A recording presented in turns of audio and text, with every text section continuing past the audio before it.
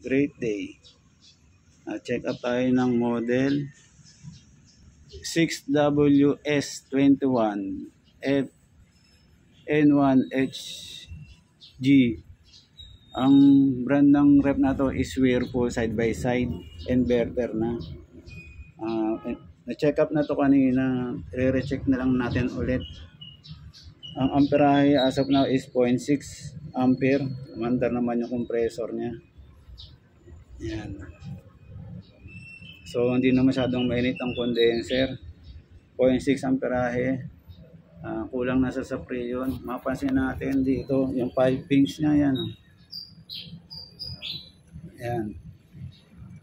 Possible dito. Nag-green na siya, oh. Green.